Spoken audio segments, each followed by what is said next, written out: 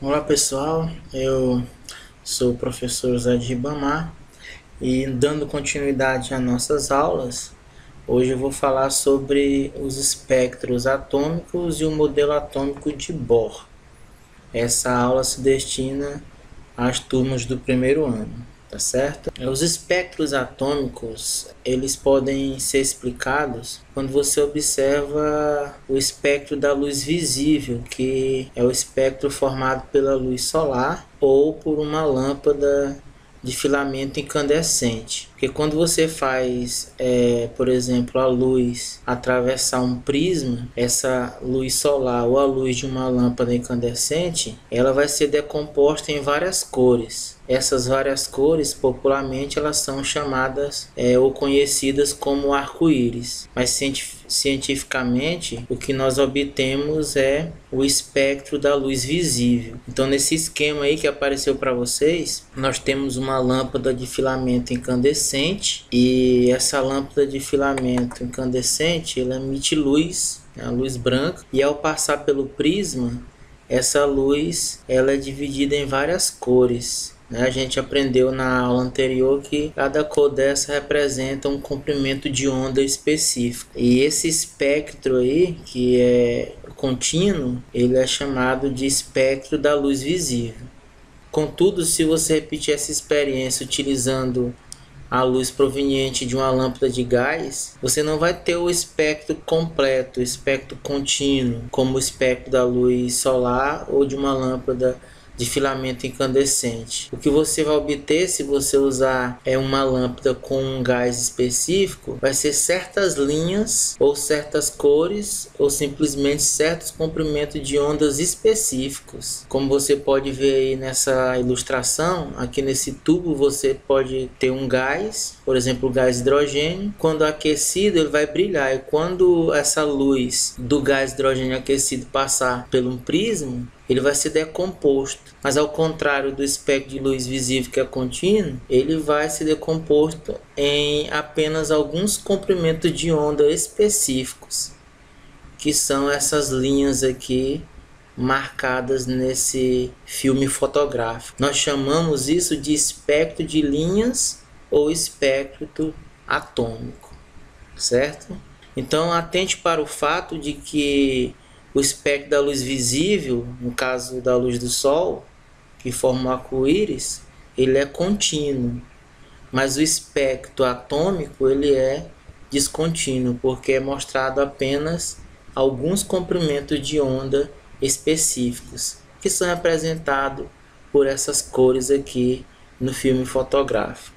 Sabendo disso, nós podemos compreender que cada átomo ele apresenta um espectro diferente, um espectro de linha específico. Por exemplo, aqui nessa primeira ilustração aqui em cima, nós temos o espectro do átomo de hidrogênio. Observe que ele apresenta uma linha aqui em 650 nanômetros, que isso aqui são os comprimentos de onda. Outra linha aqui entre 450 e 500, mais próximo aqui do 500. E outras duas linhas aqui entre 400 e 450. Então, esses espectros de linhas aí representam o átomo, identificam, na verdade, essa é a palavra, o átomo de hidrogênio. Esse outro espectro de linha representa o espectro atômico do átomo de hélio. Esse terceiro do lítio. Esse quarto do sódio. Esse quinto espectro do átomo de cálcio e esse último aqui do estrôncio. Já esse espectro que mostra todas as cores aqui, que é um espectro contínuo, é o espectro da luz visível. Então nós podemos entender daí que cada átomo tem o seu espectro atômico ou o seu espectro de linha. Na química, nos laboratórios, nós fazemos um chamado teste de chamas para identificar o tipo de átomo ou substância presente. E isso é feito a partir do aquecimento da substância e da observação da cor que aquela substância apresenta quando é aquecida. Por exemplo, o elemento sódio, quando aquecido, ele emite a cor amarelo, a cor dele é amarelo. O potássio, violeta. O cálcio emite o vermelho tijolo. O estrôncio, o vermelho carmim. O bário emite a cor verde quando aquecido. O elemento cobre emite a cor verde azulado e o césio azul claro. Então, quando esses átomos são aquecidos, cada um emite uma cor específica. Porque como nós aprendemos nas aulas anteriores, essas cores são justamente o que nós chamamos de comprimento de onda.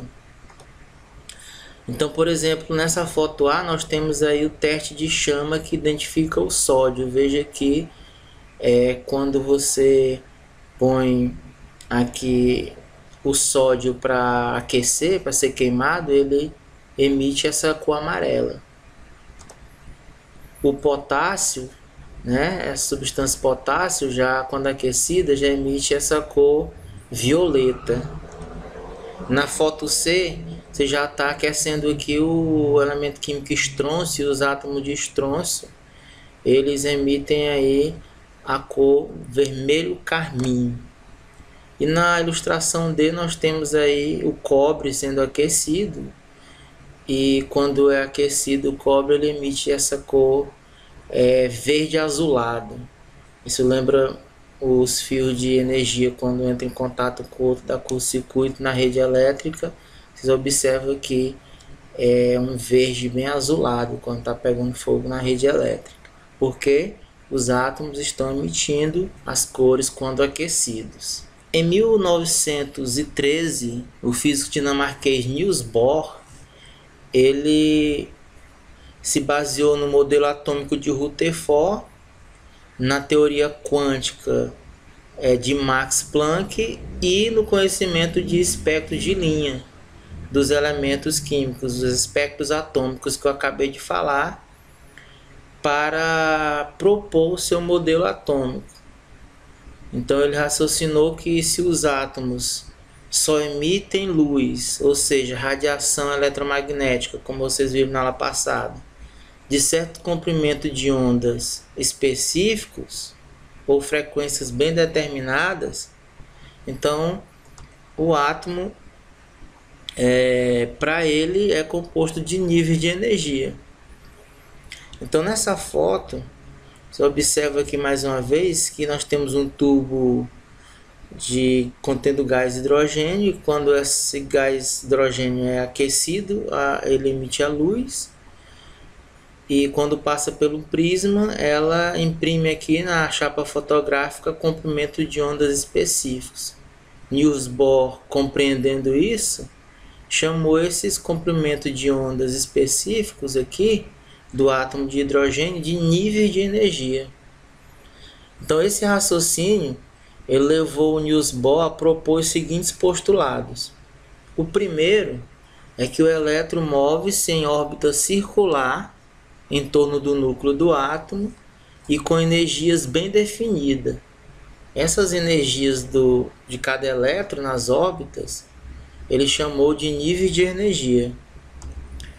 O segundo ponto dos postulados de Bohr é que essas órbitas ou níveis de energia no núcleo, perto do núcleo do átomo, tem baixa energia, mas se os elétrons ou as órbitas estiverem distantes do núcleo do átomo, elas terão mais alta energia. O terceiro postulado é que o átomo está no seu estado fundamental, ou seja, mais estável, quando todos os seus elétrons estiverem se movimentando em seus respectivos níveis ou órbitas de menor energia. Então, quando todos os elétrons estão nos seus estados de menor energia, eles estão no estado fundamental. O átomo está no seu estado fundamental. Quarto postulado de Bohr é que se um elétron no estado fundamental absorve energia, ele salta para um nível de maior energia, um nível de energia imediatamente superior ao que ele estava. Nesse caso, ele fica numa situação de instabilidade. E o quinto postulado diz que quando esse elétron passa de um estado de energia elevado, ou seja, para um estado de energia menor, ou seja, agora ele vai voltar para o estado de energia que ele estava, ele emite aquela energia que ele ganhou, essa certa quantidade de energia emitida, em forma de energia radiante, sobre determinados comprimentos de onda específicos. Esse é o quinto postulado de Bohr. Esses comprimentos de onda específicos estão relacionados com as linhas que são observadas lá no espectro atômico. Então aqui nós temos os níveis de energia. Na realidade nós temos aí, a gente estudou os 7 níveis, mas tem mais níveis de energia, mas aqui são apresentados 3. Então aqui eu tenho o nível de energia 1, 2 e 3. Se um elétron está no nível de energia 1, ele está no nível de baixa energia. Se ele vai para um nível de energia 2, ele vai para um nível de energia maior. Quando ele volta para o nível de energia que ele estava, aquela energia que ele recebeu para passar para o nível de energia maior, ele perde. Só que ela é perdida ou liberada na forma de luz ou de radiação eletromagnética. E aí essa radiação que é liberada, essa luz que é liberada, é observada no espectro atômico, que é a impressão dessas linhas aqui específicas que depende do átomo que está sendo analisado. O modelo de Bohr pode explicar, por exemplo, as cores dos fogos de artifício. Pode explicar também as cores observadas nas luminárias e nas lâmpadas, né? Aquelas lâmpadas de diferentes cores. Também pode explicar a luz do laser, dos leitores de CD, de DVD, dos mecanismos de leitura de código de barra, a bioluminescência, que é a luz emitida pelos vagalumes, por exemplo, pode ser explicada pelo modelo de Bohr. Os cogumelos, eles brilham, né? Isso é bioluminescência. Isso aí pode ser explicado pelo modelo de Bohr. E a quimioluminescência, que são reagentes químicos que brilham no escuro. Tudo isso ele pode ser explicado por esse salto do elétron. Quando o elétron está no nível de baixa energia, que é chamado de estado fundamental, quando recebe energia, ele vai para um estado de maior energia, que é chamado de estado excitado, e aí ele volta novamente para o estado de mais baixa energia, mas quando ele volta, ele libera parte da energia que recebeu em forma de luz, né? De luz visível ou de radiação eletromagnética. Por isso nós podemos observar todas essas cores que eu acabei de explicar aí em diferentes situações, certo? Então nós vamos ficar por aqui e até a próxima.